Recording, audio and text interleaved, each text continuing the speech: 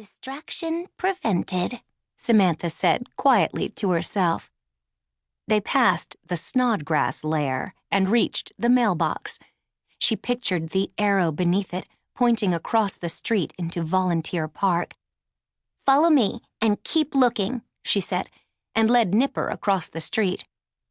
They walked around the water tower and crossed to the front of the art museum. "Take your time," she told him. "Make sure you don't miss anything." Nipper stood with his hands at his sides and began to turn around slowly. "Beep, beep, beep," he said, imitating radar or some kind of warning device.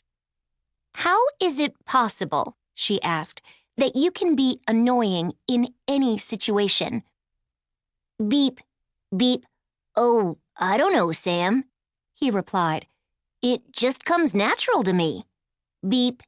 "Stop it," she said. "Right now. No more noises." He stared at her.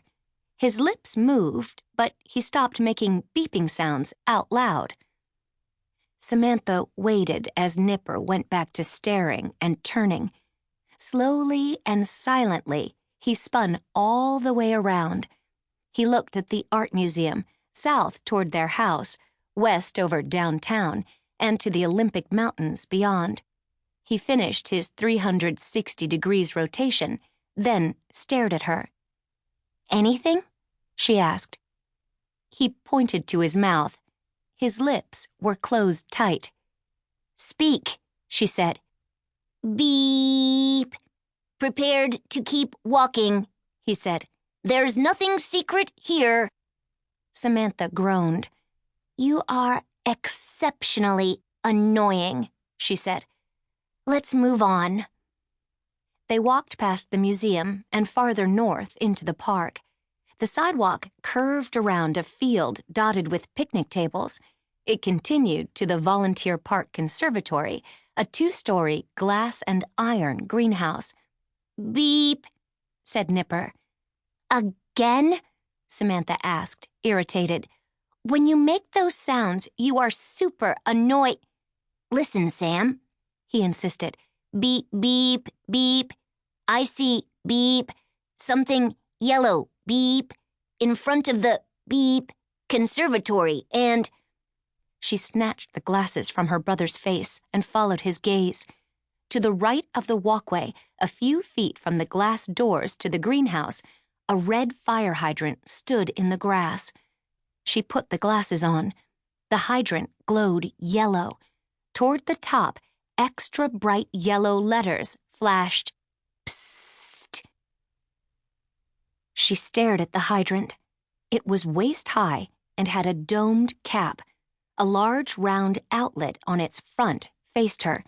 2 smaller outlets stuck out on either side like stubby arms. Short chains connected the pentagon-shaped bolts to the body of the hydrant. While Samantha put the glasses in her purse, Nipper pushed past her. "I've got this," he said as he reached the hydrant. First, he put his hands on the domed cap and tried to twist it. Then he tugged at the chains. Finally, he pulled on the 2 arms and tried to get the whole hydrant to turn. "I can do it, Sam," he grunted, putting his full weight into it. "I'm sure there's a way to make it." Nipper lost his grip and his footing, falling onto the grass behind the hydrant. "Ouch," he said, looking up at Samantha. "I just fell on my hand lens." "Get up and pass it to me," she replied. "I want to check the plans."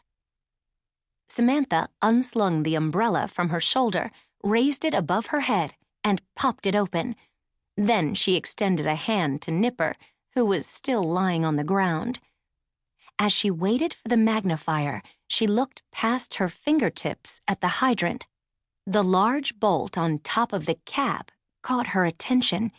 She quickly turned and looked at the open umbrella. Then she looked down at the bolt again.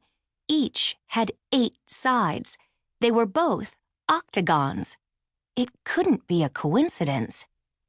Samantha stepped off the path toward the hydrant.